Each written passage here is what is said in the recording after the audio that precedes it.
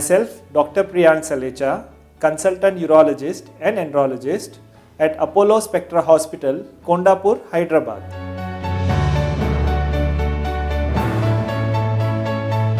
Urinary incontinence. So what do you mean by that? It is involuntary leakage of urine. Involuntary means without your knowledge. So this kind of incontinence is more common in females compared to males.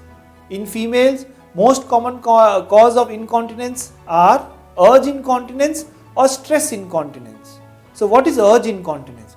Urge incontinence means there is leakage of urine because of urgency, like before you go to toilet, before you go to washroom, there is leakage of urine within your pants. That is known as urge incontinence, and it is mainly because of detrusor instability.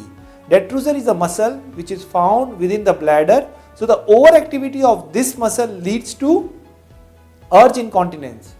Stress incontinence is the most common type of incontinence which is seen in females, which is seen after multiple vaginal deliveries, after pelvic surgeries, and also after menopause. So how to treat this stress incontinence? So initially, stress incontinence should be treated in form of lifestyle modification. Weight should be reduced, decrease food intake containing lot of caffeine, decrease beverages, also cold drinks. Also, Kegels exercise is most important part in lifestyle modification. By doing Kegels exercise, they are strengthening the pelvic floor, which in turn leads to decrease in incontinence.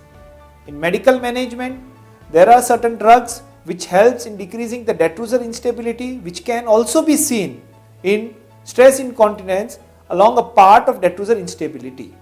So we give antimuscarinics, we even give alpha agonist drugs which helps in maintaining the muscle relaxation and also decreasing the stress incontinence. But medical management in stress incontinence is not that much effective as compared to lifestyle modification.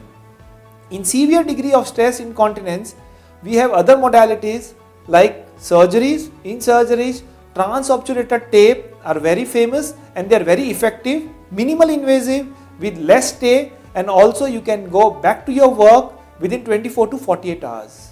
The upcoming treatment which is coming is Innovo or a neuromodulator, which helps in strengthening the pelvic muscles and decreasing the stress incontinence.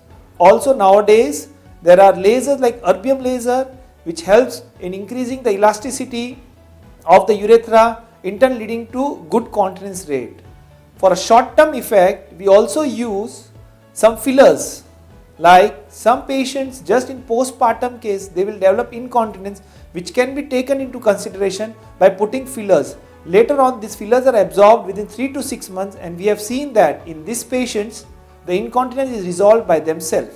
So incontinence has to be treated and should be taken seriously, mainly in the later age when it affects the quality of life. Thank you.